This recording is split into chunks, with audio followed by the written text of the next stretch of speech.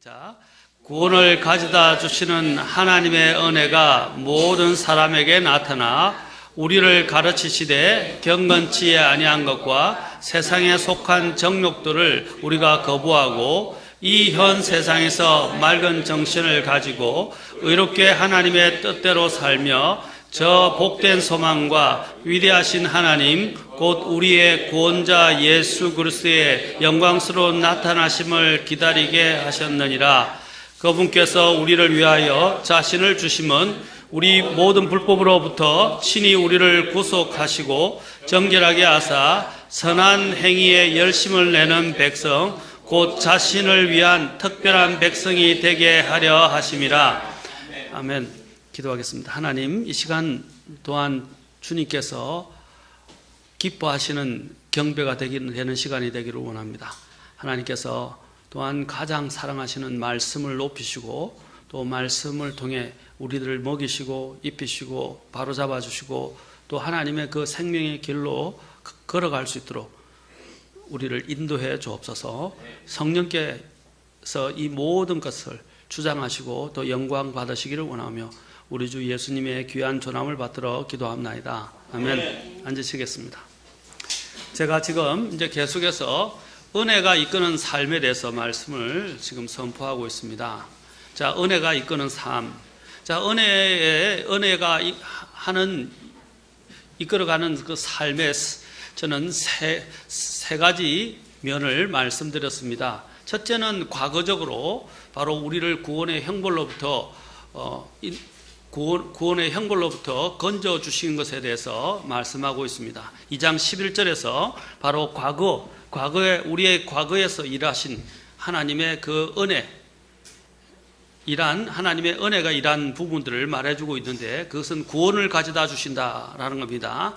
자, 두 번째로 또한 은혜의 현재적 면을 말씀드렸습니다. 은혜는 단지 우리를 과거의 영원한 지옥의 형벌로부터 우리를 구원하였을 뿐 아니라 우리 현재를 살아가는 이 죄악된 세상을 살아가고 또한 이 악한 세상을 살아가는 데 있어서 우리로 하여금 더 경건하고 맑은 정신을 여기 나오죠.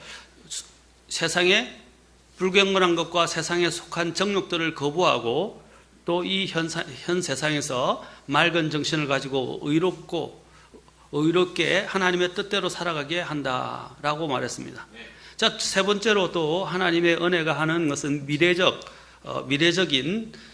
미래적인 사역으로서 이 은혜는 또한 우리로 하여금 바로 복된 소망이시고 위대하신 하나님이신 우리의 구원자 예수 그리스도의 재림을 기다리게 만든다라고 했습니다. 우리 재림을 기다리는 사람들은 자기 자신을 또 정결하게 한다고 요한 1서에서는 요한 사도가 이야기를 하고 있습니다.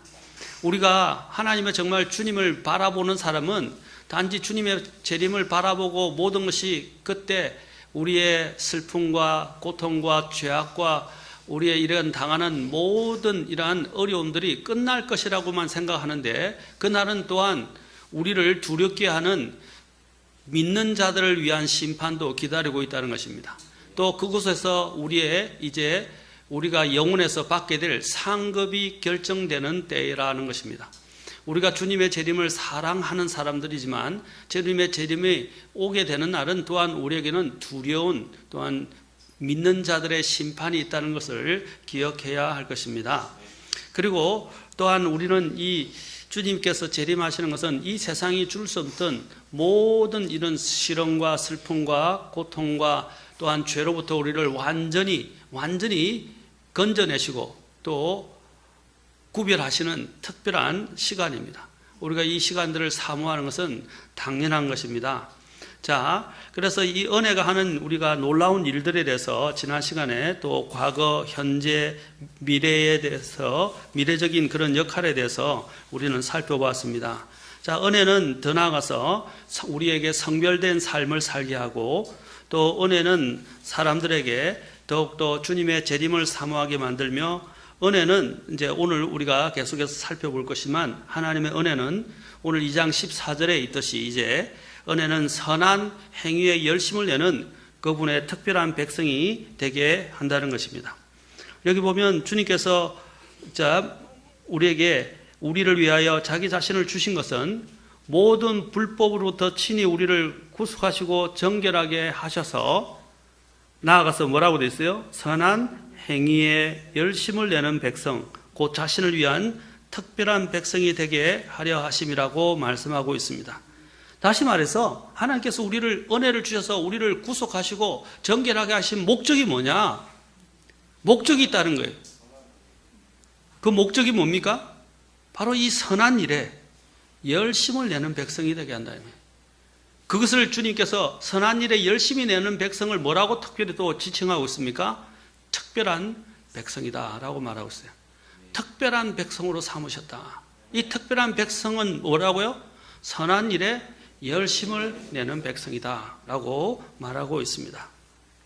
이 특별한 백성은 라온 페리오시온이라는 그리스 단어로서 하나님의 은혜와 관심과 또 긍휼과 돌보심을 받는다. 또 하나님의 사랑으로 둘러싸여서 그 사랑 안에서 사랑을 먹고 사는 사람들이라는 백성이라는 뜻을 가지고 있습니다. 히브리 단어는 이 백성이라는 히브리 단어는 스굴라라는 단어인데 어떤 전쟁이나 싸움에서 승리한 왕이 그 전쟁에서 획득한 전리품 중에서 가장 귀한 것을 자기 자신을 위해서 따로 떼어 구별하여 소장하는 데서부터 비롯된 단어입니다. 이 단어가 그러니까 우리가 보통 전쟁을 하면 뭡니까? 전리품을 가져오잖아요. 그렇죠? 그 전리품을 특별히 그 왕이 자신의 그 특별한 목적을 위해서 그것을 따로 구별하여 자기의 소유로 삼는 것을 말하는 것입니다. 그래서 우리가 하나님의 백성이 됐다는 것은 우리의 모든 만왕의 왕 되신 주님께서 하나님께서 우리를 그러한 쓸모없던 원수와 같은 자리에서 그렇죠? 우리를 따로 구분하셔서 그분을 위한 거룩한 목적을 위해서 거룩한 용도를 위해서 특별히 그분의 소유로 삼으시고 또한 사용하신다라는 그런 내용이 그런 의미가 이 안에 담겨 있습니다. 이런 의미의 취지를 사도 바울이 잘 알고 있었고 사도 바울이 바로 고린도전서 1장 26절부터 29절에서 이 부분들을 강력하게 잘 피력해 주고 있습니다. 고린도전서 1장 26절에 보면 이렇게 기록되어 있습니다. 형제들아 너희를 부르신 것을 너희가 보거니와 부르심을 받은 자로서 육체를 따라 지혜로운 자가 많지 아니하고 강한 자가 많지 아니하며 고귀한 자가 많지 아니하도다. 자 보세요. 그러나 하나님께서 지혜로운 자를 당황하게 하려고 세상에 어리석은 것들을 택하시고 하나님께서 강한 것들을 당황하게 하려고 세상에 약한 것들을 택하시며 하나님께서 있는 것들을 쓸모없게 하시려고 세상에 천한 것들과 멸시받는 것들을 택하시고 참으로 없는 것들을 택하셨나니. 자, 하나님께서 우리가 어떤 존재였다고 그랬어요? 예? 우리가 세상에 어리석은 자들이었고 또 약한 것들이었고 쓸모없는 것이며 천하고 멸시받는 것들이었다라고 말하고 있습니다. 그리고 없는 것들이었다라고 했어요. 정말 쓸모없었다. 무익한 존재들이었다. 미물이라고 그러죠. 미물. 전혀 자급만 없고 정말 쓸모없는 이런 미물에 불과했던 우리를 주님께서 부르셨다 그랬어요. 그래서 부르셔서 어떻게 했어요? 우리로 하여금 이 지혜로운 자를 당황하게 하시고 강한 것들을 당황하게 하시고 또 이런 세상에 뭔가 있다고 생각하는 이런 사람들을 주님께서 그들을 당황하게 하시려고 우리를 불러내셔서 우리를 사용하신다는 것입니다. 이게 얼마나 놀라운 일입니까? 여기서 보는 바와 같이 이 단어는 스굴라는 단어는 문벌이나 학벌이 좋지 못하고 또 대단한 것도 없는 자들을 부르셔서 그분의 특별한 백성으로 구별하셨다는 의미를 가지고 있습니다. 여러분 구약의 이스라엘을 보십시오. 지금도 우리 여기 이스라엘 보십시오. 이스라엘이 강대국에 둘러싸여 있죠? 그렇지 않습니까? 하나님께서 이스라엘을 불러냈을 때 이스라엘은 어떤 존재였습니까? 여러분 구약을 읽어보면 구약의 예레미야, 에스겔 같은 데를 읽어보시면요. 구약에 보시면 이사야도 마찬가지입니다. 이스라엘이 얼마나 볼품없는 나라였고 약하고 천한 나라였는지 여러분 알 수 있습니다. 갈대아 우르에서 하나님께서는 그 우상을 숭배하던 그 이스라엘 히브리 민족들을 아브라함을 통해서 불러내셔서 그들을 특별히 구별하셨어요. 이 세상에 있는 모든 존재들은 멸망을 받아 하나님의 심판을 받아 마땅한 존재들이었는데 하나님께서 은혜를 베푸셔서 하나님께서 그 가운데서 아브라함을 부르시고 그 천하고 정말 쓸모없고 약했던 그 가운데서 민족들을 일으키셨어요. 그리고 그 민족들을 강하게 만드시고 하나님께서 통치하시면서 그 민족들을 이끌어 가셔서 그 민족들을 통해서 이 이방 국가들이 벌벌 떨게 만들으셨습니다. 하나님이 하는 일이 얼마나 놀라운지 몰라요. 이 세상의 기적 중에 하나가 무엇입니까? 이스라엘이 계속 존재한다는 거예요. AD 70년에 로마의 타이투스 장군에 의해서 이스라엘이 멸망을 하게 됐고요. 그 멸망한 이후로 그들은 1900년 가까이를 온 세상에서 유랑하는 민족이 되었다가 1917년 발포 선언과 함께 1948년에 그들은 독립을 하게 되었습니다. 그들의 땅을 다시 찾아서 그거 자신의 땅으로 돌아가게 되었습니다. 그리고 성전을 1967년에 회복하게 되었습니다. 사랑하는 성도 여러분, 1900년 동안 유랑하던 민족들이 땅을 회복하고 그들의 언어와 문화와 민족성을 잃지 않고 회복하고, 그렇죠? 그곳에 들어와서 그들이 경배를 할 수 있는 나라가 이 세상 지구상에 어디에 있었습니까? 우리도 일제 치하에 36년 동안 있었을 때도 언어를 거의 잃어갈 뻔했어요. 독립이 되지 않았다면 언어도 있고 민족도 다 잃어버렸을 거예요. 그런데 1900년 동안이나 이스라엘은 유랑을 하였지만 그 고유의 언어와 민족을 잃어버리지 않았다는 사실입니다. 그리고 그 자그마한 나라가 땅을 회복하면서부터 지금은 점점 더 영역을 확장하고 있고 지금도 이 세상 사람에서 가장 골칫거리이자 가장 강력한 나라 중에 하나입니다. 이스라엘의 국방력과 군사력은 비교할 수 없을 만큼 강합니다. 그런데 그 강함은 이스라엘 자체에서 오는 게 아니라 하나님께서 그들을 지키시겠다고 약속하셨기 때문입니다. 그래서 주변에 수많은 엄청난 강대국들이 있고 아랍 국가들이 둘러싸여 있지만 그 나라는 어떻게 해요? 눈도 끔찍하지 않고 계속 존재하고 있습니다. 이것을 보고 많은 사람들은 기적이라고 말합니다. 자, 이스라엘은 어떤 존재? 볼품없는 나라였어요. 아주 작은 나라입니다. 우리나라보다 더 작아요. 지금은 영역을 점점 많이 영토를 확장하고 있지만 싸움을 통해서 이제는 아주 적은 곳에서부터 시작했어요. 정말 적은 곳이었어요. 그런데도 그 주변에 있는 걸 보시오. 수십 배, 수백 배 큰 그런 아랍 국가들도 꼼짝 못하게 만드는 나라입니다. 그 힘이 어디서 오는 것입니까? 하나님에게서 오는 것입니다. 하나님께서 그들을 부르실 때 어떻게 부르셨어요? 은혜로 부르신 겁니다. 은혜로 선택하신 거예요. 그 은혜, 무조건적인 은혜에 의한 선택에 의해서 하나님께서 그들을 돌아보시고 인도하고 계신 것입니다. 이와 마찬가지로 하나님께서는 은혜로 우리와 같은 쓸모없는 죄인들이었던 우리에게 특별한 관심을 보이시고 우리를 돌아보셨고 우리를 긍휼히 여기셨으며 심지어 우리를 그분의 피로 말미암아 그분의 특별한 백성으로 삼아 주셨다는 것입니다. 이 의미가 바로 여기네요. 우리를 그분의 특별한 백성으로 삼아 주셨다. 그냥 백성이 아니라 특별한 백성이다 이 말이에요. 특별한 백성. 그 특별한 백성의 목적이 뭐죠? 선한 행위에 열심을 내는 것이다. 시편 8편 4절부터 5절에 보면 다윗이 이렇게 하나님의 영감을 통해서 그는 이렇게 기록하고 있습니다. 이 시편 8편은 다윗이 여러분 알죠? 그인 골리앗을 돌 팔매질로 그를 무너뜨리고 무리매로 그를 넘어뜨리고 난 이후에 그날 밤 하나님께 감격해서 기록했던 시편입니다. 이 시편 8편에서 그는 이렇게 말합니다. 사람이 무엇이기에 주께서 그를 생각 속에 깊이 두시나이까? 사람의 아들이 무엇이기에 주께서 그를 찾아오시나이까? 주께서 그를 천사들보다 조금 낮게 만드시고 그에게 영광과 존귀로 관을 씌우셨나이다. 보시죠. 사람이 무엇이기에? 그 존재 가치도 없는 존재들, 타락한 인간들, 멸망에 던져져야 될 인간들이었어요.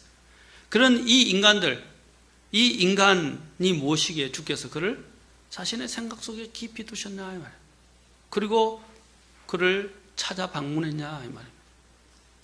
하나님이신 예수님께서 이 인간을 구원하시려고 이 땅에 육체를 입고 오셨어요. 이보다 더한 은혜가 없죠. 그래서 요한 사도가 요한복음에서 뭐라고 그랬어요? 은혜를 대체하는 은혜, 은혜 위에 은혜라고 이야기한 것입니다. 우리가 이 은혜를 누리게 된 것, 예수님을 맞이하게 되고 예수님을 믿게 된 것, 이 얼마나 놀라운 일입니다. 예수님을 우리에게 선물로 주신 것, 이보다 더한 은혜가 있겠습니까? 사도 베드로도 베드로전서 2장 9절과 10절에서 이렇게 말합니다. 우리가 어떤 백성인지 동일하게 말하고 있습니다. 베드로전서 2장 9절과 10절 자 보겠습니다. 그러나 너희는 선정된 세대요 왕가의 제사장이요 거룩한 민족이요 특별한 백성이니. 여기도 특별한 백성이라고 말하고 있어요. 그런데 특별한 백성인데 여기서는 또 어떻게 해야 되겠어요? 선정된 세대일 뿐 아니라 왕가의 제사장들이라고 말하고 있어요. 우리를 제사장으로 만들어주셨어요. 하나님께서 이스라엘을 어떻게 했어요? 모든 열국의 머리이자 제사장으로 삼았어요. 제사장 왕국이에요. 맞습니까? 이스라엘을 제사장 왕국으로, 실제로 나중에 천년왕국 때 그들이 제사장 왕국의 역할을 하게 됩니다. 그런데 이제 영적인 이런 영혼 세계에서 하나님께서는 우리 그리스도인들을 뭐로 부르신 거예요? 왕가의 제사장으로 부르셨다는 거예요. 그냥 특별한 백성 정도가 아니라 왕 가장 가까이서 섬기는 제사장으로 만들어 주셨다는 거예요. 원래 제사장이 하는 역할이 뭡니까? 그렇죠? 제사장에는 역할이 뭡니까? 왕과 백성을 대신해서, 그렇죠? 왕께도 가장 가까이, 백성들 중에서도 왕에게 가장 가까이 있고, 그렇죠? 또 백성들을 대신하는 자리라 이 말입니다. 대변하는 자리다 이 말입니다. 그러한 위치로 우리를 불러주셨는데 그 불러주신 것이 뭐라고요? 아까 디도스 2장 11절에서 은혜로, 구원을 가져주시는 은혜로 우리를 이렇게 만들어 주셨다라는 겁니다. 아멘. 은혜가 이렇게 일을 한다는 것입니다. 특별한 이러한 백성은 하나님께서 특별히 자신의 그 아들의 희생을 통해서 우리를 소유로 삼았다는 것입니다. 하나님께서는 자신의 자녀들을 결코 잊지 아니하십니다. 그래서 이사야에서는 이스라엘 백성과 관련해서 이사야는 이렇게 이야기하고 있습니다. 그러나 시온은 이르기를 주께서 나를 버리셨으며 내 주께서 나를 잊으셨다 하였거니와. 이스라엘 백성들이 이렇게 고백했어요. 그러나 하나님께서는 이사야를 통해서 뭐라고 말씀합니까? 여인이, 이사야에서 49장 15절 16절에 나옵니다. 여인이 자기의 젖먹는 자식을 잊을 수 있겠으며 자기 태에서 난 아들을 불쌍히 여기지 않을 수 있겠느냐. 참으로 그들은 혹시 잊을지라도 나는 너를 잊지 아니하리라. 아멘. 주님께서는 자신의 여인이 자기의 낳은 자식을 잊어버리지 않듯이 결코 하나님께서 낳으신 자식을 잊어버리지 않는, 그 중에 대표적인 것이 민족적으로는 이스라엘입니다. 영적으로는 이제 어떻게 됩니까? 하나님께서 이 신약 은혜의 시대에 불러내신 바로 하나님의 성도들, 그리고 교회라는 것입니다. 얼마나 특별한 위치에 있는지를 우리에게 말합니다. 이것이 다 무엇 때문이다? 하나님의 은혜 때문이다. 은혜 때문이다. 그래서 구속을 받은 우리는 그분의 특별한 존재의 백성을 이룬다는 것입니다. 하나님께서 그분의 독생자 예수 그리스도를 보내셔서 우리를 이 은혜로 구원하신 목적이 무엇입니까? 무엇입니까? 그분의 선한 일들에 열심을 내는 백성이 되게 하시기 위해서이다. 사도 바울이 여기서만 이야기했습니까? 베드로도 아까 특별한 백성이라 했죠. 사도 바울이 디도스에서만 이야기한 것이 아니라 에베소에서도 동일하게 이야기합니다. 자, 우리 같이 에베소서 2장 8절부터 10절까지 우리 같이 보도록 하겠습니다. 에베소서 2장, 우리가 많은 사람들이 성경을 암송할 때 2장 8절 9절만 외워요. 그래서 구원에 대해서만 8절 9절만 외우는데 저는 여러분들에게 말씀드립니다. 10절까지 외우십시오. 10절까지 외우십시오. 8, 9절이 다가 아니에요. 여러분, 많은 사람들이 8, 9절에서 인생을 끝내버리는 경우도 있어요. 믿음 생활을 끝내는 사람들이 있어요. 8, 9절에서 우리의 믿음 생활을 끝내면 안 됩니다. 10절이 있어야 돼, 10절. 10절이 그 은혜로 우리를 구원하신 목적이 거기에 있습니다. 자, 같이 보는데 그 8절부터 10절에 있는데 여러분 같이 먼저 우리가 이해를 돕기 위해서 2장 4절부터 10절까지 보겠습니다. 자, 제가 읽을 테니까 여러분 잘 보십시오. 2장 4절 잘 보십시오. 긍휼이 풍성하신 하나님께서 친히 우리를 사랑할 때 보여주신 자신의 크신 사랑으로 인하여 심지어는 우리가 죄들 가운데 죽었을 때에 우리를 그리스도와 함께 살리셨고 너희가 뭐라고 그랬어요? 은혜로 구원을 받았느니라. 또 함께 일으키사 그리스도 예수님 안에서 우리를 하늘의 처소들에 함께 앉히셨으니, 자, 우리가 하늘의 처소들에 앉히게 되었다. 자, 이것은 그분께서 그리스도 예수님을 통해 우리에게 베푸신 친절 속에 담긴 자신의 은혜의 지극히 풍성함을 다가오는 시대를 속에서 보여주려 하심이라. 바로 은혜를 보여주시겠습니다. 어떤 속에? 우리에게 베푸신 친절 속에 담긴 자신의 은혜의 풍성함을 보여주시려고 합니다.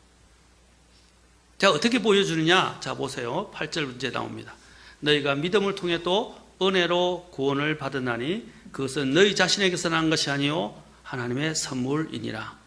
행위에서 난 것이 아니니 이것은 아무도 자랑하지 못하게 하려 함이라. 10절 같이 읽겠습니다. 시작. 우리는 그분의 작품이요 그리스도 예수님 안에서 선한 행위를 하도록 창조된 자들이니라. 하나님께서 그 선한 행위를 미리 정하신 것은 우리가 그 행위 가운데서 걷게 하려 하심이라. 그냥 나면 구원받고 생명을 얻고 그냥 이 세상에서 안주하며 편하게 살라고 부르신 것이 아니라는 거예요. 오늘 기독교는 뭡니까? 복. 자신에게 주는 복과 성공만을 하나님을 통해서 보장받으려고 합니다.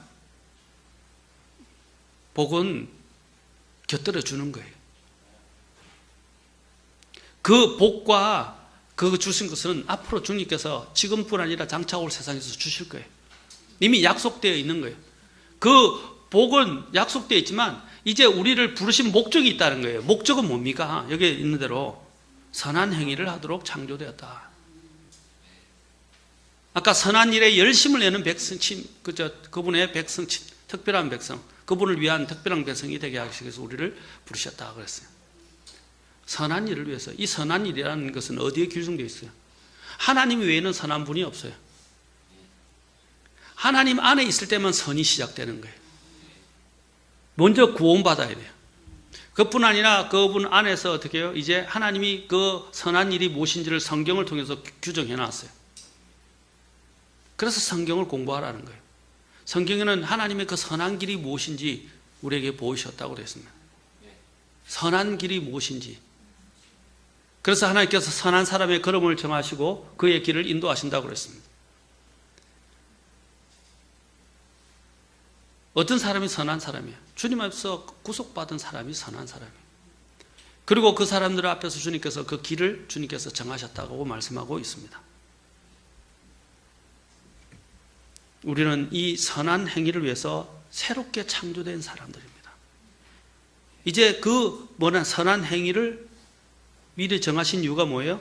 우리가 그 선한 행위 안에서 가운데서 걸어가게 하기 위해서다. 그 안에서 걸어가야죠. 그 길을 걸어가야 됩니다. 그런데 오늘날 많은 사람들을 보십시오. 주님 앞에 구원받았다는 데만 그냥 거기서 그치고 어떻게 자기 하고 싶은 대로 하고 살아가요.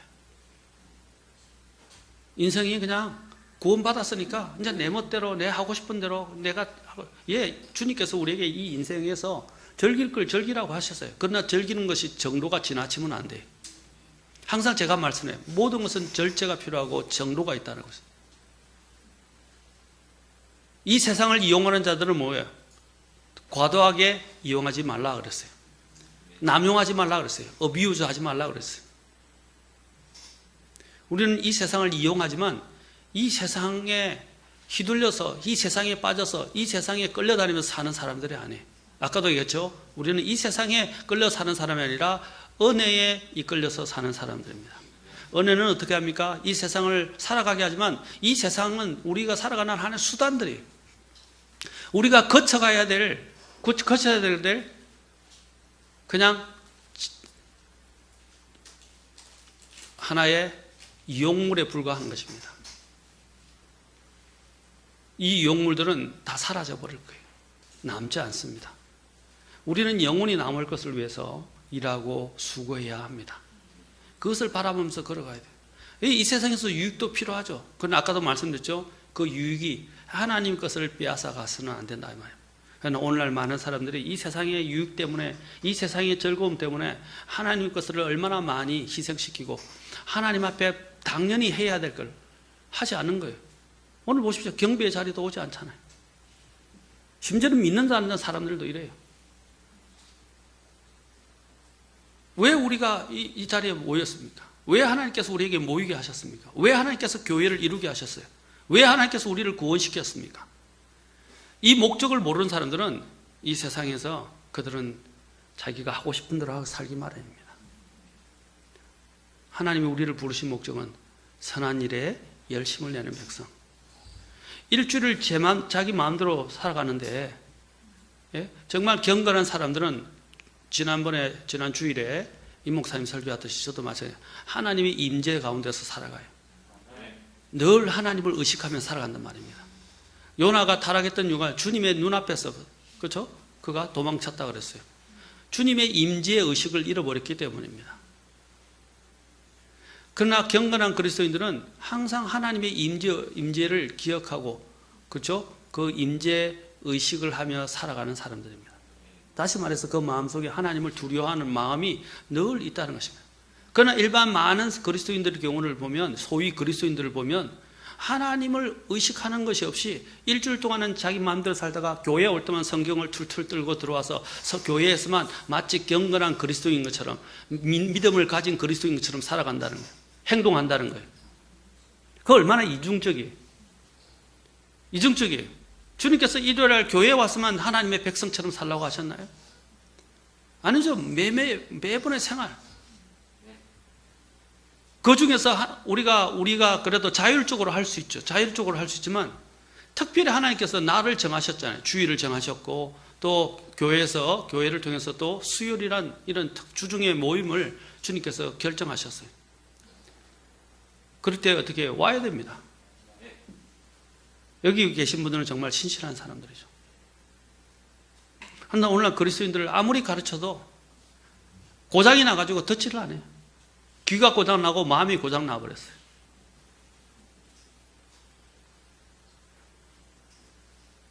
하나님이 부르시는데도 오지도 않아요.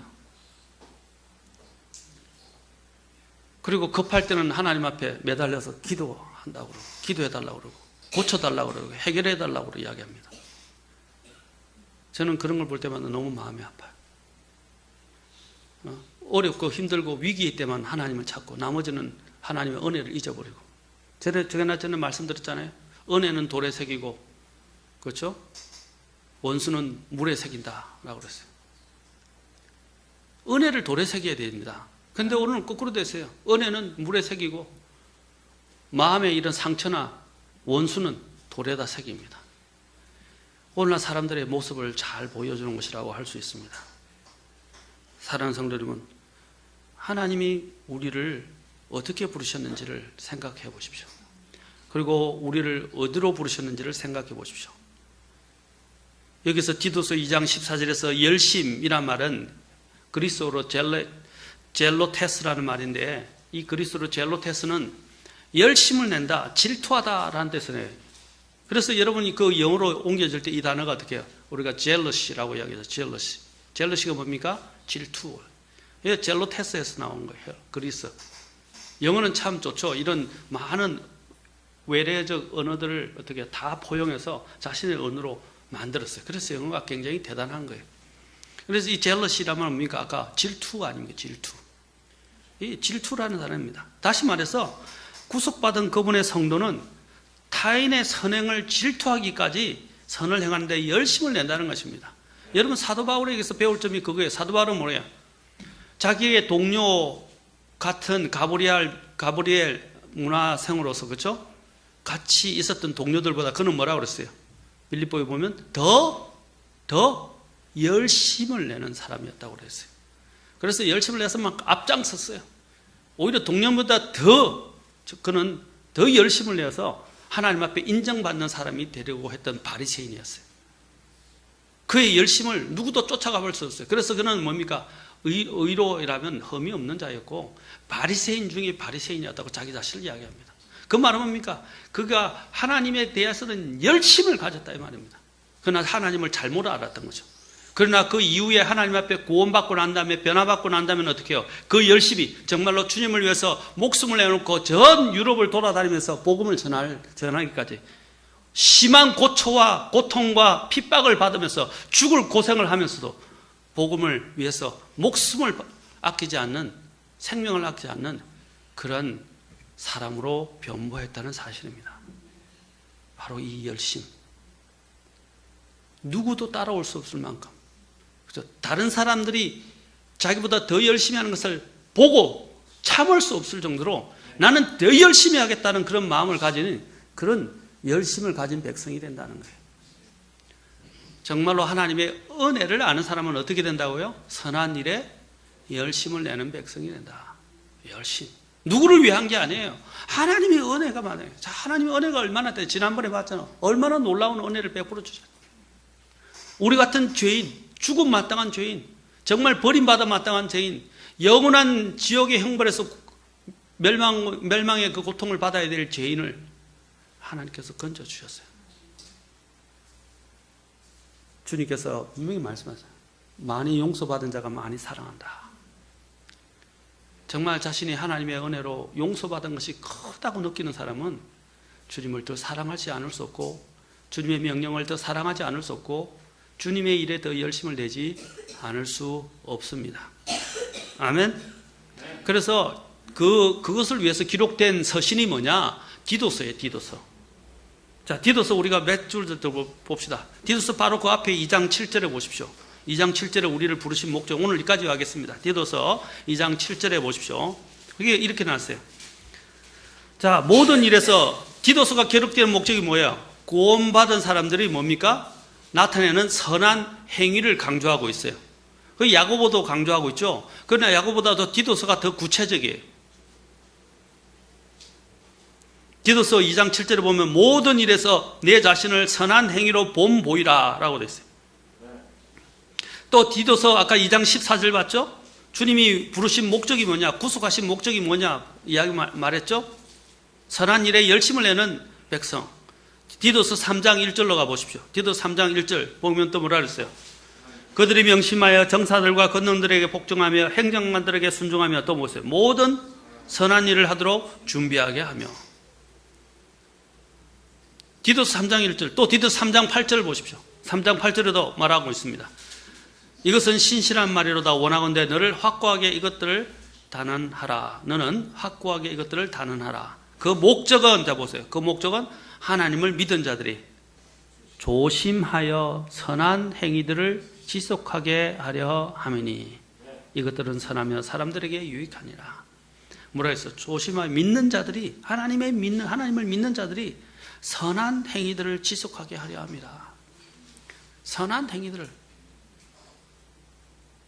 여러분, 선을 행하다 보면 때로는 지치게 되죠. 그래서 갈라디아서 6장에 보면 사도 바울이 그랬어요. 선을 행하다가 지치지 말지니, 기진하지 말지니 뭐라 그랬어요? 때가 되면 거두리라 그랬어요. 아멘. 하나님이 또 우리를 창조하신 그 목적을 또 빌립보서의 사도 바울이 또 잘 이야기하고 1장 6절 한 번만 더 읽겠습니다. 1장 6절. 자, 빌립보서 1장 6절 봅시다.